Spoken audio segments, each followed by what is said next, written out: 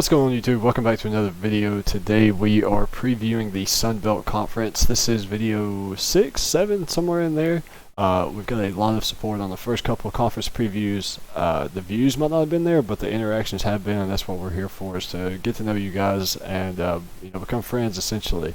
As always, joined by my co-caster Matthew. Matt, how's it going, man? Going great, brother. Took the weekend off. Did a little research and a couple teams close to home, so I'm looking forward to talking about this one, Sun Belt Conference. Yeah, I didn't get a video out yesterday, but today, as you can see and saw in the title, today's the Sun Belt preview. Tomorrow it'll be CCU, and then we get into some independents, BYU, Liberty, Notre Dame. I'm not sure who we're going to cover outside of that. I don't think we'll touch on UMass, maybe briefly. But yeah, so that's kind of what's to come, and then we get into full Power 5 to finish out the preseason, essentially. But kicking off the Sun Belt, we're going to start with Louisiana, who finished last year very well. Billy Napier is still the head coach over there. Lots of returning talent. Matthew, tell me what you found out about their defense. Which Louisiana team you going with? Lafayette. Lafayette. Defense last year gave 22 points a game towards the bottom of the conference, but had one of the better records in the Sun Belt Conference, finishing at 7-1,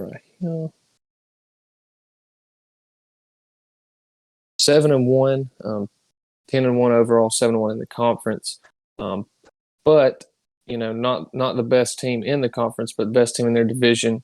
And defensively, they're going to return 7 starters. Defensive line is best in the conference, and I look for that to be a key factor this year. I don't know if I have them top of the division, but most certainly have them top 2, top 3 for sure. Yeah, I actually, in my opinion, I think they can finish top of the division, only because I don't see Arkansas State pulling off an upset this year. Arkansas State has a new head coach coming in. But like you touched on, Louisiana has so much coming back. One of the top offensive lines in the country. They have plenty of depth, plenty of talent. Quarterback comes back, Levi Lewis, who threw for 2,200 yards last year, 19 touchdowns, 7 interceptions. Probably needs to get that ratio a little bit higher, cut down on turnovers. But nonetheless, you have a really, really good quarterback coming back as a super senior. One thing I did kind of notice that they struggled with was a kicker. And us being Alabama fans, we obviously know the struggles of not having a good kicker on your team and what kind of chaos that can cause for you. So I think if they find a kicker who can help boost the offense a little bit, give them a little bit of range, they should be all right this year. I guess we both can agree the defense, probably the strong suit of this team. They also had 16 takeaways last year, so that is something that we have not spoke a lot of. I think we've found ourselves in the 4, 5, 6, 7 range, somewhere in there, interceptions, to be exact. But this team had 16, so it'd be hard to top that, I'm going to say. But I think they can do it. Yeah, one thing I noticed, this conference is full of defensive talent. I think there's going to be a lot of defensive players from the Sun Belt taken in next year's draft, which I'm sure we'll touch on a few of those players throughout the video. But I do want to mention about Louisiana. I feel like they're a kind of run-heavy team. You may not, if you look at their pass attempts to run attempts last year, it's kind of somewhere in the 55, 45, 64 range.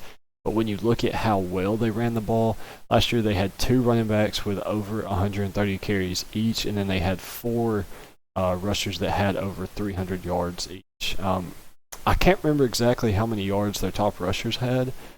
Let me look at. Yeah, so they combined for almost 1,600 yards and 18 touchdowns. Their top 2 rushers, who are both coming back this year. So I think Louisiana is going to have a really, really good chance to win the West Division.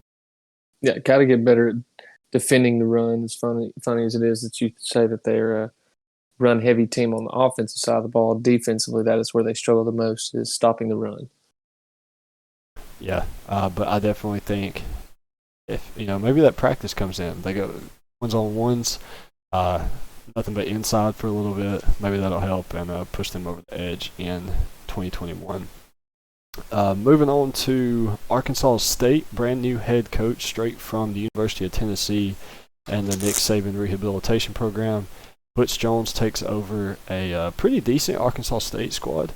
They lost quarterback Logan Bonner, who transferred to Utah State with Blake Anderson when he left Arkansas State last year. Offensively, though, Logan split time with quarterback Lane Hatcher, who is a really, really good quarterback. Again, by himself, they're for a little over 2,000 yards last year and 19 touchdowns. They have plenty of good receivers coming back, like Dahu Green and Corey Walker, who combined for 1,000 yards and 10 touchdowns. And then they have 4 starters back up front. Going to need to work on the offensive line a little bit. They did give up 29 sacks last year and lost 16 turnovers. But nonetheless, I think this is a team who probably put up points on UL Lafayette, but I don't think they get the victory at the end of the day. Yeah, and defensively, first of all, let me say Arkansas State, if I'm not mistaken, the last 10 years of them and Appalachian State and maybe Troy somewhat have kind of ran the conference. You wouldn't think it last year. Talking about Utah State, we talked about them in previous video, how many transfers they had. One of those transfers includes top tackler for the team last year, Justin Ross, linebacker, went to Utah State with the rest of the gang. But that wasn't their worst part defensively last year. They gave up 314 passing yards a game. But one thing I'm going to keep an eye on this year is they do return all 4 of their secondary men. So I definitely look for that to be an improvement. Yeah, Arkansas State's going to be a really, really fun team to watch this year. The Sun Belt, I would put the Sun Belt probably right behind Conference USA in terms of Group of 5 quality. If you rank the Group of 5 conferences top to bottom, I got Sun Belt at 2 behind CUSA. It's just there's a lot of depth. There's a lot of good talent in this division. It's all kind of local to us. We got some Louisiana schools. We got some Alabama schools. 2 Georgia schools. So it's a lot of teams that, if we want to take a road trip one day, we can go check a Sun Belt game. So if you're a Sun Belt fan and wants to come watch a game with you, let us know in the comments. I really like Arkansas State. Like I said, I think they're a good contender to win the West Division. But if I'm not mistaken, they play Louisiana early in the year. They play them about middle. I think week 5, week 6. So just kind of depending on how well the teams are meshed at that point in the season, who comes out on top. Finished toward the bottom of the division last year, so only what it goes up here. Yeah, I finished 2-6 in conference play. Outscored by about 40 points. Not bad. They did average 33 points per game, but like you said, the only way to go is up. Moving on, can cover, I guess Texas State would be next. Good work. They had a very, very rough year last year, but not offensively. Their record was 2-10, but they put up a lot of points, put up a lot of yards, and had pretty decent quarterback play. Like I said, they go 2-10, averaging 28 points per game. Their quarterback Brady McBride threw for 1,900 yards with a 61% completion percentage, 17 touchdowns. They returned their number 1 receiver Marcel Barbie, who had 40 catches for 584 yards and 10 touchdowns. And then they also return their, I believe, top 2 rushers last year, so they have really good depth. They're running back, and not only that, they went out and grabbed 4 offensive linemen through the transfer portal, who I expect at least 2 of those will probably come in and have an immediate impact. Yeah, and they also snagged a Texas Tech transfer on the defensive line, which is what I would say was their least strong or their weakest point on the defense last year. Overall, the defense wasn't too bad, but they gave up 495 yards a game. And you hear that, but only 279 yards passing a game. And, that kind of sounds like a high number, but it's really not. And this team, like Arkansas State, is going to return 4 of their 5 starters from secondary last year. So I definitely look for this team to be one of the better defensive-led teams in terms of experience. Yeah, like you said, they ranked 8th in pass efficiency in the conference last year. Something to give up on, or something to improve on, and I think improving the pass rush will probably do a lot for that. You played 12 games last year. You only have 12 sacks. Um, Something that I think experience can kind of help you there. But like I said, they do bring back their top two rushers, Brock Sturgis and Calvin Hill, who combined for 1,060 yards and 10 touchdowns. So having a little bit of diversity at the running back position should help Texas State out a lot. I expect them to score a lot of points this year. I don't know about stopping teams. Dane, what do you think? Points per game average wise, what do you think they'll probably end up giving up? Last year they gave up 38 points a game. I'm going to say, the goal should be somewhere low 20, maybe 23 should be a good goal. I think they can find themselves around 26, 27 points a game. Just solely because, keep an eye out for this guy too. I was going to mention this corner, Jaron Morris, Sun Belt leader last year in interceptions, had 4 and 69 tackles. So having a presence like that on the defensive side of the ball, especially coming back, you got to think that the points per game is going to go down tremendously. Yeah, I would hope so. Now they do have a kind of rough schedule. They start off with Baylor at home. Then you travel to Florida International, and then 2 weeks later you travel to Eastern Michigan. Then on top of that, you also have to play Louisiana, Troy, and Arkansas State this year. So, like you said, I think the defense are going to give up some points. Last year, the offense scored 28 a game, so I think if you can get the offense up to about 35, get the defense down to about 27 to start the year, then you should be in good shape. I think later half of the year, in Coastal Carolina and Arkansas State to end, that's when you're going to see your point average kind of go up a little bit.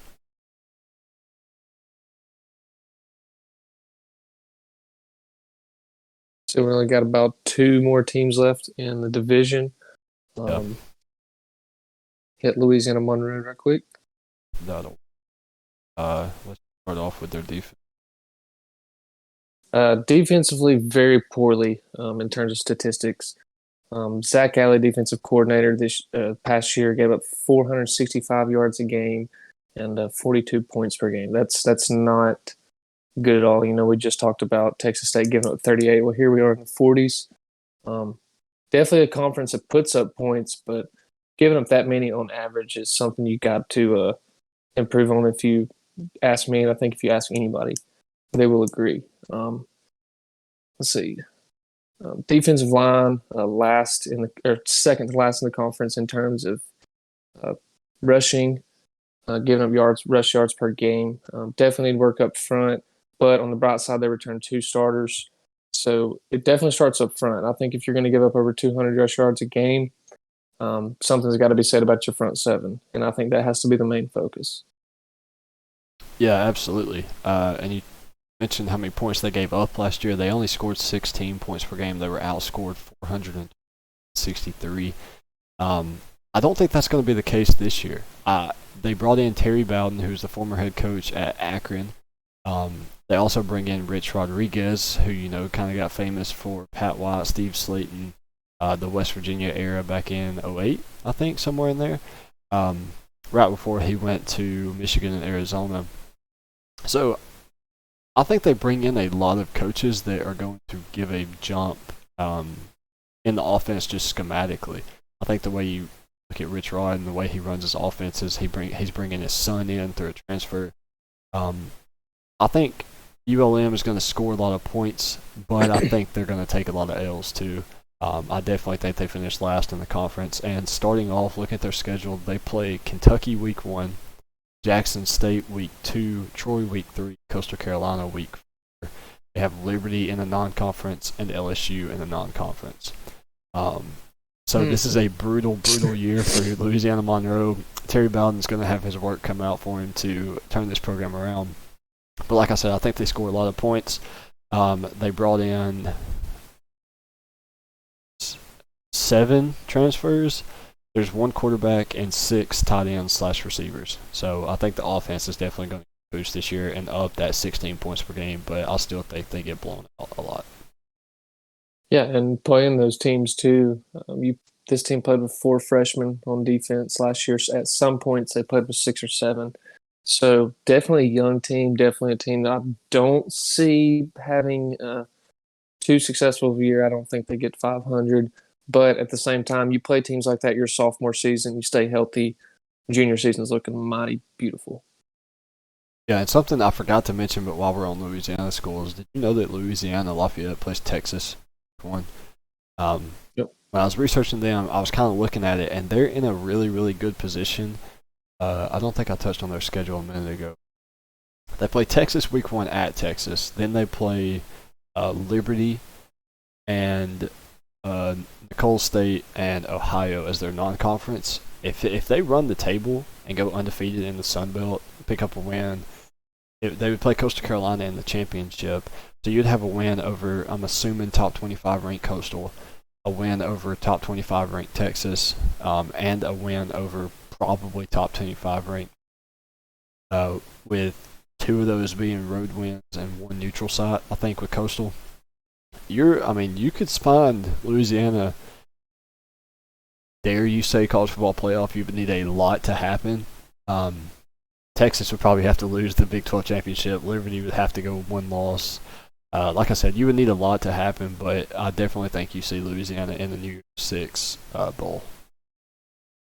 Yeah, that would be to have Louisiana Lafayette in the playoff. You would have to be almost finding, like 400,000 emails at 4:00 in the morning or ballots. So Yeah, absolutely. Definitely have to be a miracle. Yeah, but I just want to throw that out there. I don't know how it slipped my mind. I was looking at something, and then I saw Texas, and I was like, ooh, I want to get that out there just for the record, the show. They're in the position. I mean, Texas first-year head coach Steve Sarkisian, who I think will have a brilliant offensive year, in terms of how many points he puts up and yards and the fancy plays he has. But at the same time, it's first game of the season, new program. Could catch him slipping. Yeah, I think that's going to be a high-scoring game. I think I took, we were talking about it the other day. The lines on that game were pretty good. It was like Texas -6, I think. I think I ended up taking that line, but at the same time, that over probably looks pretty good too. If it's not up yet, I'm actually going to look right now.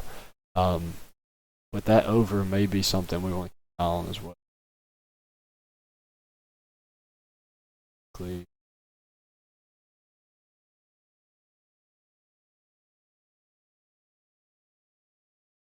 Texas is -9.5, so the over is not out yet. But I could see Texas covering, but I could also see that game being a 70-point shootout. So, nonetheless, though, we'll finish up the West Division with South Alabama. Brand new head coach Kane Womack, and brand new quarterback Jake Bentley, a Alabama guy, skipped his high school senior year, goes to South Carolina, plays 3 years there, transfers to Utah, and is now at South Alabama. When covering South Alabama, there's really no bright sides to their offense other than the fact they get Jake Bentley to come in and be the quarterback. He's got a pretty good group of receivers. He's got Jalen Tolbert, who's arguably the best group of 5 receiver in the nation. 64 catches last year, 1,085 yards, and 8 touchdowns. Outside of that, that's really it. Had 2.9 yards per carry in 2020 and averaged 19 points per game. Only way to go up for South Alabama. And just based on the current condition of this team, I don't see us making a trip to Mobile anytime soon. Yeah, and I'll have to, sadly enough, have to follow up on that a little bit. Defensively, last year started out really strong. I think they hit the season maybe, 2-1, 3-1, something like that last year. But towards the end of the year, they kind of lost it. And on top of that, they lose leading tackler Riley Cole. But, I think this year it's going to rely on, Nick Mobley, I believe, had 94 tackles last season. And the secondary is among last in the conference in terms of passing yards per game and passing efficiency. So I think it's got to start up front. Team like this, you want to see them do good, being a local team kind of. But at the same time, if you can't get stops, you're among one of the worst in the conference at getting red zone stops. You're probably not going to be that good of a team if you don't improve it. Yeah, like you said, being a local team, being one of, 15 teams in Alabama, we want to see them succeed, but on paper, it don't look likely. Talked about UAB and JSU last year. We'll talk about Troy in just a few minutes. and then Alabama and Auburn are on the way. So hopefully South Alabama can keep on par with the rest of the teams in the state. But I think if we had to take a pick as to who was the worst, it would probably be South Alabama. Yep. But moving on to the Coastal Carolina and the East Division, we can kind of go briefly on Coastal Carolina if you want to, since we are doing a video, a separate video on them. But we can start with them. I'll start with their offense. So they're kind of veteran roster. They have a quarterback coming back, Grayson McCall. They have a really, really good schedule that kind of fits them towards a conference championship and a 12-0 season. They play Kansas, Buffalo, UMass, Citadel, and Louisiana. 2 close games they had last year was Troy, BYU, and Liberty. Troy, they won 42-38. Liberty, they lost 37-34. And if I'm not mistaken, they beat BYU 20-17. So again, another close game. All 5 starters back up front. Best wide receiver coming back, Javen Holly, and tight end Isaiah Likely coming back. Then you have some really running backs coming in too to replace CJ Marable. Stole all my thunder. Do what? You stole all my thunder. I did, didn't I? It's all right. That's it's all on right. me. I had it all highlighted because told- it was on the. It's for our CCU preview video. You good? I have both. Let me scroll. I put them on a different page, like I told you.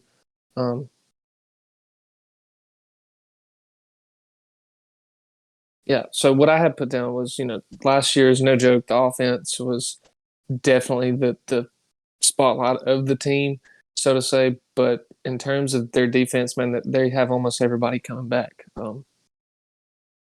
Did Jordan Strong? He's one of the corner guys. Had team high 5 picks last year. Alex Spillum is back at safety. He was 4th on the team with 60 tackles. But my main focus is the front 7. Front 7 is massive for the conference average, almost outweighing the conference average for linebackers.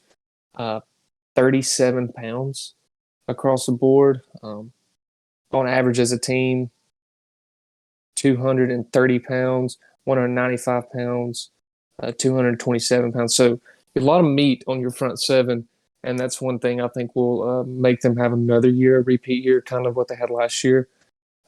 Defensively, they were, one of the top of the conference, not the best in the conference last year, but definitely towards the top. Only gave it 20 points a game. I think that's outstanding. And I definitely look to see this team in the top 15 again. Yeah, I think they definitely probably run the table and end up conference champions. They have probably 3 teams they need to worry about. 2 we've already touched on in Appalachian State. The biggest area of concern I found for Coastal Carolina's defense was they lost 3 of their top 4 sack leaders. So you do have somewhat of a concern on the D-line. Not much. Like you said, they're still very deep and very talented. But just kind of having to have guys that need to step up and have an immediate impact. Didn't mean to steal your spotlight, but is there anything offensively that you kind of stood out to you? No, I was pretty much going to touch on the same things you did. One of my main things was going to be the size at receiver.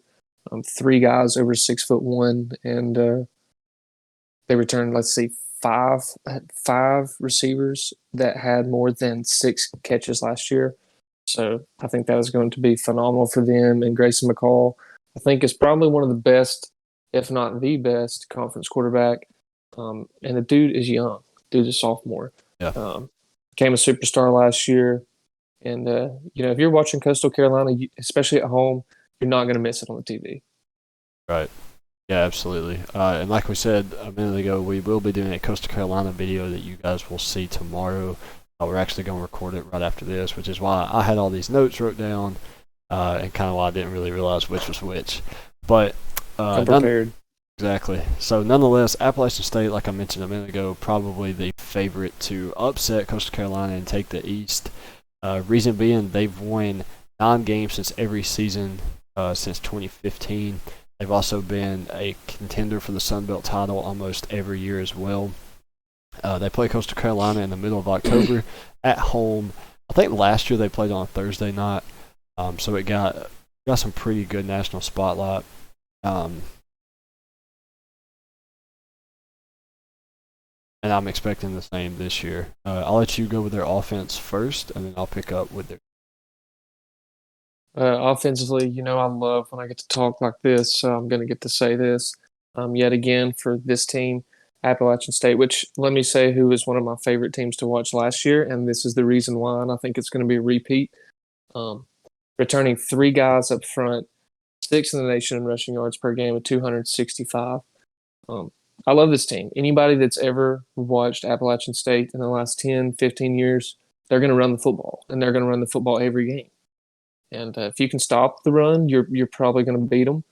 But they've kind of, like I said, with Arkansas State and everybody else, like Troy and I guess Coastal Carolina is about to find their name in the mix, and then Lafayette too. But Appalachian State has kind of controlled this conference in terms of, I guess you could say, media attention. Appalachian State is one of the more talked about teams out of this conference. So, quarterback situation is going to need some improvement. But overall, if you run the football and you run the football well behind your three horsemen up front that are returning, going to be a successful season. I look forward to watching them.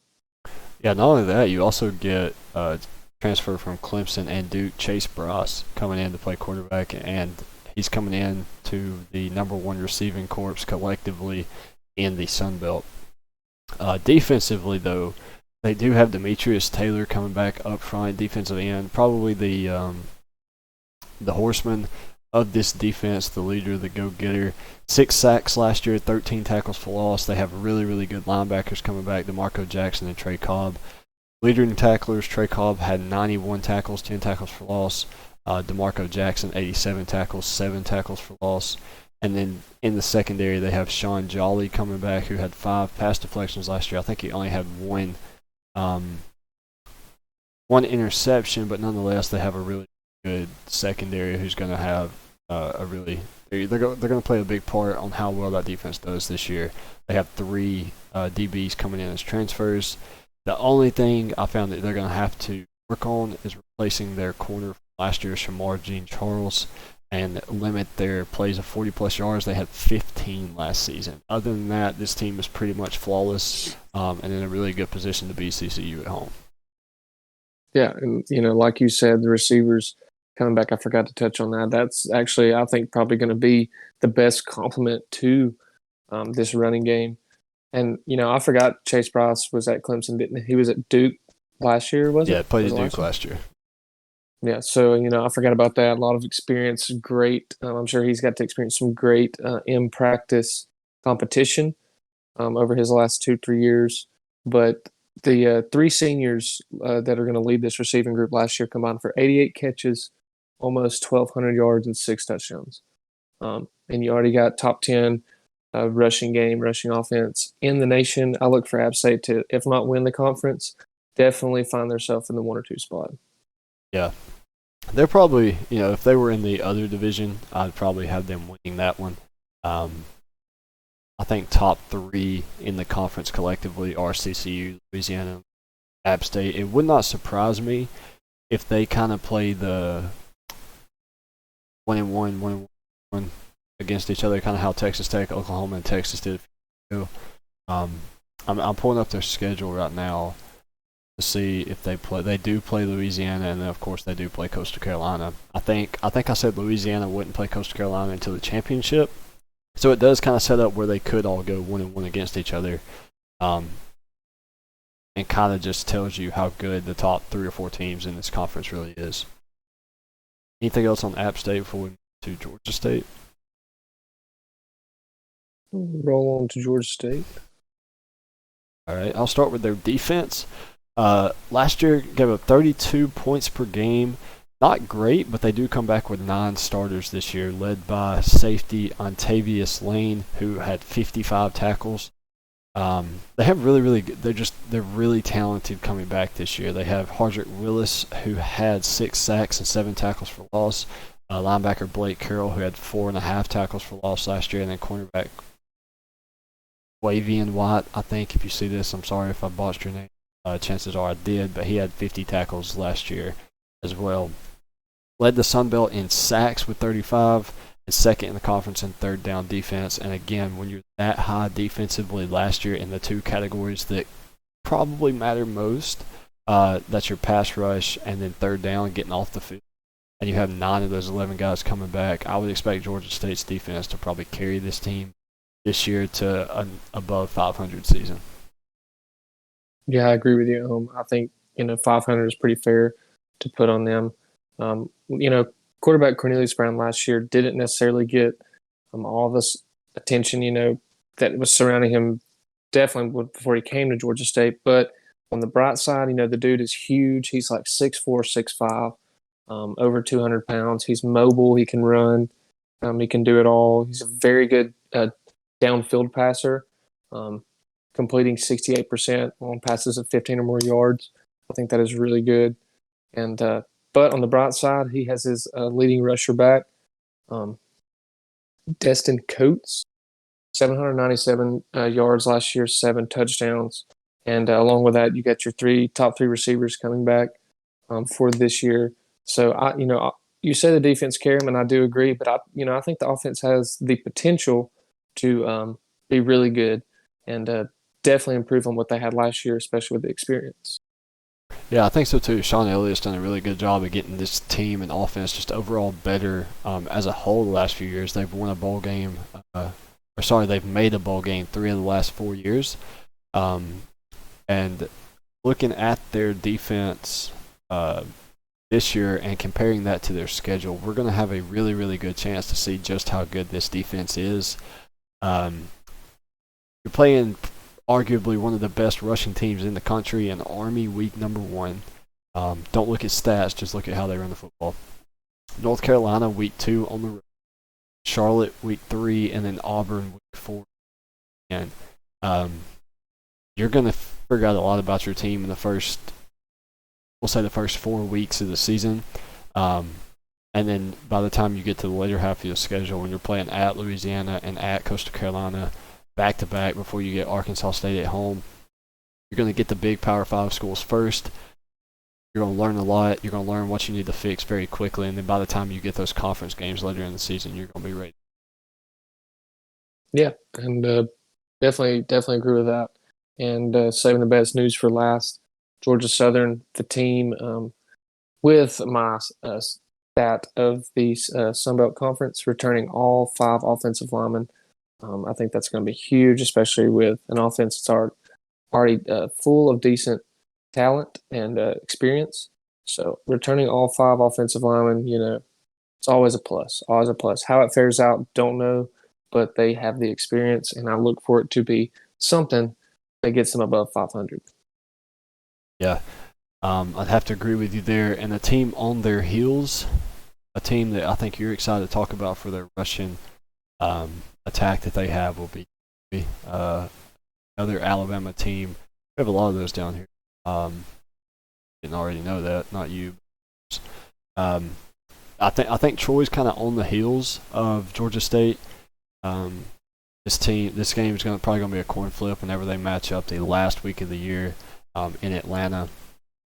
Don't really know who's going to win it. Like I said, it probably is going to be a coin flip. But tell me about what you figured out about Troy's offense. B.J. Smith, I noticed this, back for his 6th year. Had some injuries last year, but 2 years ago ran for almost 1,200 yards and 13 scores. Freshman, I may butcher this as well, Kamani Vidal led the team last year, 516 yards and 4 scores, an average 5 yards a carry. He will be back, and the depth just keeps going. Got Jamontez Woods and D.K. Billingsley. They are also back. Also saw more than a double-digit touches last year. I think this team's all run. Can definitely pass the ball. Gunnar Watson completed 70% of his passes last year, over 2,000 yards, only 16 touchdowns. But when you got a running game like this, it's going to be tough to beat. Yeah, I kind of compare this team to Liberty in a way. With Malik Willis's diversity, they can run the ball really well. I don't think Gunnar Watson is as good as Malik Willis for different reasons, but I think when you look at the run game of Troy compared to the run game of Liberty, I think they go hand in hand. If they played each other, I don't know if they. I think that would be a really, really good fun game to watch. They do. They play each other week 2 at home. You free September 11th? But yeah. nonetheless, defensively though, they allowed 26 yards per game last year. Not bad, pretty average. You go 5-6, but you return 8 starters. On top of that, you return your starting middle linebacker Carlton Marshall, who had 114 tackles last year and 10 tackles for loss. Again, probably one of the best in Group of 5 when it comes to linebacker position. You do give up 167 yards per game on the run, but you do need to improve in the pass defense as well. You're 6th in Sunbelt in pass efficiency defense. That's in the bottom half, and you lose your starting corner to transfer after spring practice. Now, you do come in with a lot of transfers, including a punter, Luke Magliozzi. I don't know how well he's going to benefit you guys, but he was noted listed as a notable transfer. I like Troy. I like Troy for their offense, like you touched on. I think their offense is going to keep them in a lot of games, but unfortunately, I don't see their defense stopping enough teams to give them wins. They play Liberty, like I said. They play Southern Miss. They play South Carolina, Coastal Carolina, Louisiana, and App State. So I think, again, you're looking at probably a below 500. Yeah, and on the bright side, all 11 guys are coming back offensively, so that's enough to put the D in the bag, the backpack for the rest of the season. But defense is what wins championships. So if they're going after a conference title, defense is going to have to step up. Yeah, and finishing up the Sun Belt is Georgia Southern, who I've seen is predicted to finish last in the conference this year. I couldn't really make a whole lot of sense of that, strictly because they go 8-5 last season. I guess it may have to do with their schedule, which I'll pull up and really look at. They play Florida Atlantic, Arkansas, BYU. Really, and then of course the Sun Belt opponent. So really nobody to me that's standing out. I just don't see them finishing last for whatever reason. But Georgia Southern defensively held teams to 20.8 points per game last year. Again, another reason I don't really see them finishing last. First in rush defense, only 8 plays of 40-plus yards, and led the Sun Belt in third down defense. Defensive back Derek Canton is back with 48 tackles and 6 interceptions. They lost 2 starting linebackers and forced 26 turnovers last year. I don't see them repeating that number this year. So I think defensively, they're going to be good enough defensively to not finish last in the conference. But what do you think about their offense? Offensively, definitely it's been relying on the run game for Georgia Southern. They've been one of the nation's best top 25 last 2 years in terms of rushing yards and rushing scores in a season. 8 starters back, but however, there's quarterback situation. I know they had a Georgia Tech transfer, James Graham, who this says he might be moving to receiver. So that'll be interesting to see how it plays out. They also have 2 other guys. Let's see, first name, Wirtz, Shy Wirtz. He transferred out to Louisville. And then Justin Tomlin, he had a little bit of work last year at quarterback. So they got an interesting situation. Don't look for them to be one of the best in the conference offensively. Actually look for them to be towards the bottom. But in terms of rushing offense, you return both running backs. So looking at a good season running the ball. 8 starters coming back, like I said. So passing the ball, going to be a bit of a situation towards Southern. Yeah, I could see them again kind of being like the Liberty with Malik Willis. Again, obviously Malik Willis is a better quarterback, especially when it comes to passing the ball. But I could see them being a team that is going to rely a lot on the run game. And then when it comes to offense, just kind of passing the ball offensively, just kind of live and die by. If he completes it, great. If not, didn't really expect him to either. My concern for the defense, though, like I said, you're placing your 2 starting in the middle linebackers, or just linebackers in general, Rashad Beard and Nard Ellis, I think. But you have 2 transfer linebackers coming in who both have seen significant playing time at the Power 5 level. Kadre Jackson from North Carolina and Andrew Johnson from Oregon. Oregon played in 7 games in 2019, missed last year either with COVID or injury, something like that. Whatever reason, he did miss last year, and then Cadre Jackson played all 12 games at North Carolina last year. So you have veteran experience coming in to play those gaps at linebacker, so I wouldn't expect much of a drop-off there. Definitely would love to see them get another upset in Knoxville. That would be fun. I don't know if they play them, but would be fun. Yeah, absolutely. I don't say they play Arkansas, BYU, Florida Atlantic, and Gardner-Webb as their non-conference. So it would be a upset in Fayetteville this year, but would still be. I could see them beating Arkansas. Wouldn't surprise me. Yeah, they could beat Arkansas. Probably BYU as well. Yep. I believe that wraps up. Do you want to give a few predictions, maybe how you think divisions finish out, top couple of teams or so? Yeah, I kind of already touched on the top players I have to keep an eye on. East Division, I've got Coastal Carolina finishing 1, App State finishing number 2. I'm going to go ballsy here and go Troy number 3, Georgia Southern number 4, and Georgia State number 5. I got the same as you in the Group B, the exact same: Coastal, App State, Troy, Georgia Southern, Georgia State. And then West Division, I got Louisiana going 1, Arkansas State going 2. I'm probably just gonna keep it the same way it was kind of last year. Texas State going 3. I think I said that offense is gonna score a lot of points, but might not win a lot of games. South Alabama, we talked about how atrocious they are, but Jake Bailey's could possibly single-handedly win them a few games with this. And then ULM, they will score probably 300 points this season, but will give up probably 500. So, yep. Again, same as you.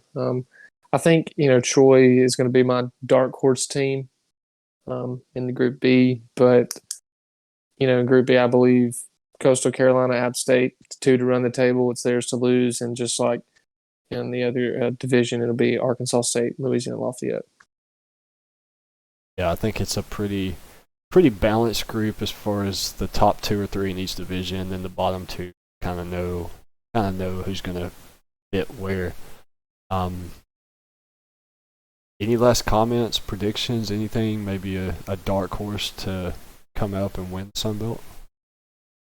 I really think Troy can win the Sun Belt with 11 guys back. Yeah. I really do. Especially all the transfers. They've got a very prideful football program down there. And last few years, they've made some noise, found themselves in the top 25 a couple times. They're my dark horse team. Troy is my dark horse team. Yeah, I think the champion of the conference probably comes from the East Division. I think even if Coastal Carolina doesn't win the East, I like App State. I like Troy, like you said. I think it'll be a close one against Louisiana in the championship, but I do think the championship probably comes from the East Division, like you said. Finished last in the division last year, too, so that would be a huge turnaround. Yeah, absolutely. Chip Lindsey in his 2nd year down there, I believe. Auburn offensive coordinator. Chip. But I think that'll do it. I think that'll about wrap up the Sun Belt preview. Like we said, we will be covering CCU tomorrow, a little in-depth with Grayson McCall. For those of you who might be CCU fans or just kind of want to hear our thoughts on Coastal Carolina, who finished 11-1 last year, 14th in the final AP poll, goes undefeated in the Sun Belt and wins the championship. Can they go back-to-back? We'll give our predictions tomorrow. Matt, any last words? Brother, this is it. Sharpie S Gel, get yours today. Walmart, Staples, Best Buy, Amazon. Yeah, you can get them. I use the 0.7. If you like writing more fine print, 0.5's for you, but Sharpie S Gel's for everyone. So get your Sharpie S Gel pens before you watch the next video, and if you actually use Sharpie S Gel, let us know as well. I think that's pretty cool. I need to get some. I use these pens here. Signos. I don't. Yeah. That's what I like. I'm stuck on those. But whenever I run out, I'm going to get Sharpie S Gel. So order your Sharpie S Gel pens. Hit that subscribe button. Leave a like on the video. Follow us on Twitter. See you guys tomorrow. Clear.